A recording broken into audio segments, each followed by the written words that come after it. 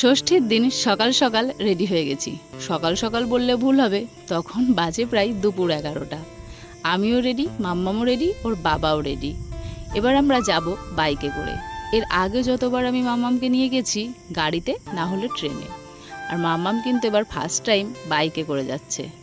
আমার বাড়ি থেকে যেহেতু আমার বাবার বাড়িটা অনেকটাই দূরে, মানে অনেকটা প্রায় রাস্তা, 3 ঘন্টা প্রায় লাগে, তো রাস্তায় সেই কারণে দাঁড়াতেও হয়েছিল।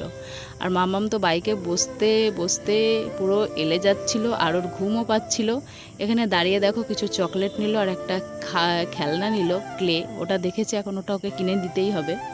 তারপরে চলে আসলাম আড়ংঘাটা ব্রিজ, দেখতেই পাচ্ছ। আড়ংঘাটা ব্রিজ ক্রস করে এখানে চলে এসেছিলাম। এখান থেকে মাম্মাম একটা ওয়ারেস নিল, বাবা ওর জন্য একটা ওয়ারেস কিনে দিল।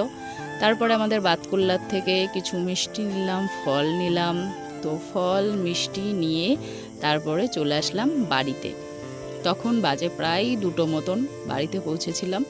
আর এখানে দেখো সমস্ত কিছু সাজানো হয়েছে, ষষ্ঠীর দিন যা যা নিয়ম থাকে সেগুলোই আর কি। চিড়ে, দই, মিষ্টি, 5 রকম ফল, ধান, দুব্য, প্রদীপ দিয়ে সমস্ত কিছু এখানে সাজানো কমপ্লিট। তো এখন হচ্ছে জামাইদের বরণ করা হবে। এখানে মা হচ্ছে জামাইদের বরণ করছে। তো আমার এই ছোট্ট মিনি ব্লগটা কেমন লাগলো অবশ্যই জানিও। আর তোমরা ষষ্ঠীর সকালবেলাটা কেমন কাটালে সেটাও আমাকে কমেন্ট বক্সে জানিয়ে দিও। টাটা।